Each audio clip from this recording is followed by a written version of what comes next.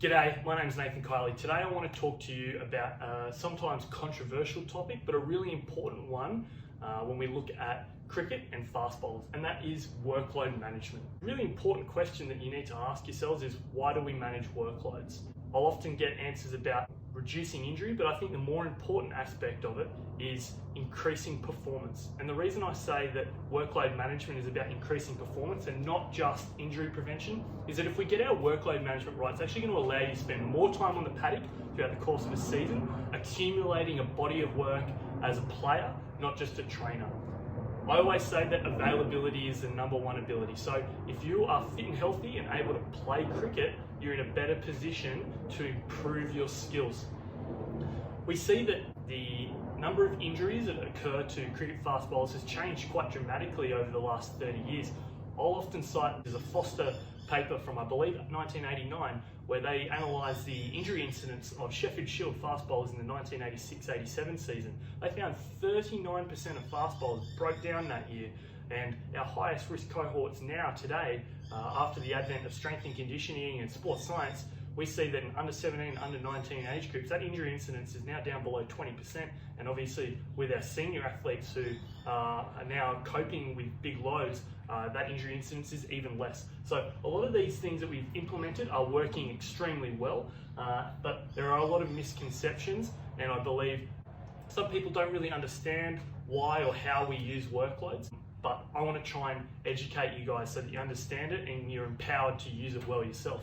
The main risk factors in terms of workload for fast bowlers and injury are the length of a bowling spell, the number of balls we bowl over the course of a whole cricket season, and the frequency of bowling. Previously, we used to base a lot of our workload management decisions on acute to chronic workload ratio, which I would encourage you to go and do some research on. This is still a really useful way of looking at load, but it's got some limitations that the recommendations we use now attempt to alleviate. Current recommendations from Cricket Australia, and I can take no credit for this, is all based on fantastic work from sports science, sports medicine professionals at the Australian cricket level, based on a lot of research over the last 20 years now. It continues to accumulate, broken into two main groups. And both of these current recommendations are for developing athletes. Those are our highest risk cohorts.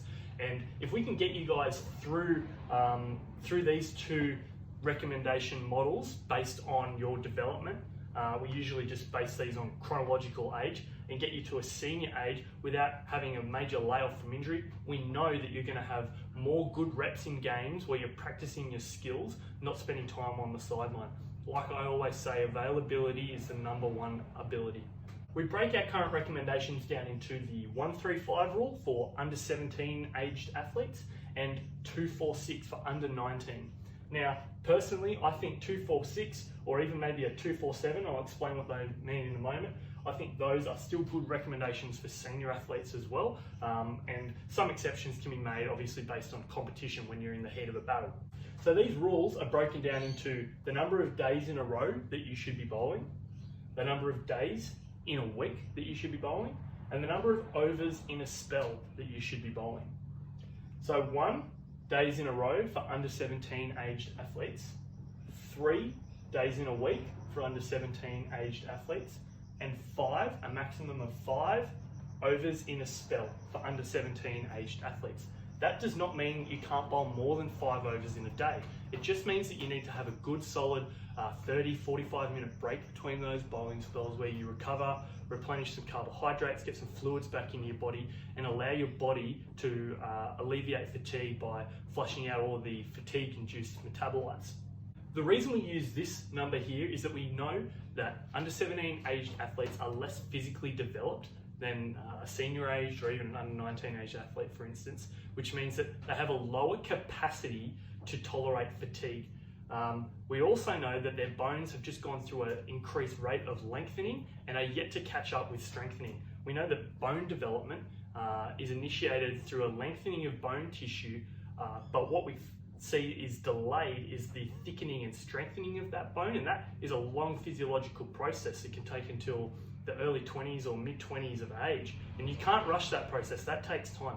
But what does happen very rapidly during that growth phase is we get increased lever lengths, increased muscle mass, greater ability to produce force and power. So you've now got, you're getting closer to the body of, in a male athlete's case, the body of a man, but with the bone structure of a child still, essentially. So it's really important that we understand that frequency of days needs to be carefully kept in check, and that the length of bowling spells is also kept to a good threshold, so that fatigue doesn't change our action too much. We know, looking at research, that once you get into overs 6, 7, 8 of a spell, we start to use compensatory bowling technique to deal with levels of fatigue. That means there are significant changes to your bowling action compared to overs 1, 2, and 3 of a spell. Okay, and that's going to change your injury risk profile quite dramatically. So what this model allows us to do is provide opportunities for our bones to adapt to bowling and to recover from the fatigue that we've induced. What we'll look at next is 2, 4, 6. So this is our under 19, potentially even older athletes. 2 days in a row, 4 days in a week, and 6 overs in a spell. Under 19 age athletes are starting to go through the phase where their bones are developing and strengthening. They've also got high levels of fitness in general. We've started to get into some really solid aerobic development, repeat power, repeat speed development training. So they're going to be able to tolerate slightly longer spells and a higher frequency of training throughout a week. But what we really want to avoid is bowling 3 days in a row, 5 days a week, and bowling really big sets in a spell. Like I said, you can still bowl multiple spells in a day, and most competitions are going to have a cap on how many overs you can bowl in competition in a day anyway. So just following that as an upper threshold for how much you can bowl in any given day is fine as well. Now, there's a lot more that we can say on this topic. It is an extensive topic, and there's heaps of research on the injury, the mechanics, the risk factors for injury. We can't prevent injuries. All we can do is mitigate risk.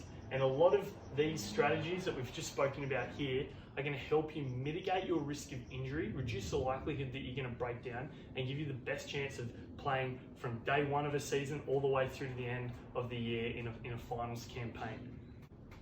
Now, I'd strongly encourage anyone who's got questions about this, or if there's something I haven't covered, please chuck a question in the comments below, and I'll try and get to every single one, because like I said, it's a really dense, complex topic, and it's quite difficult to condense all of that and smash it into one sort of short YouTube video. But I really want to try and help educate as many players, as many coaches as possible, so they understand workload management, understand why we need to use management techniques, what the strategies, the best strategies are that we can use, and how we go about implementing them in an imperfect world, when sometimes things don't necessarily go to plan or line up with how we would like to use these strategies. So like I said, ask your questions below in the comment section. I'll get back to all of them, and I really appreciate you watching. Thank you.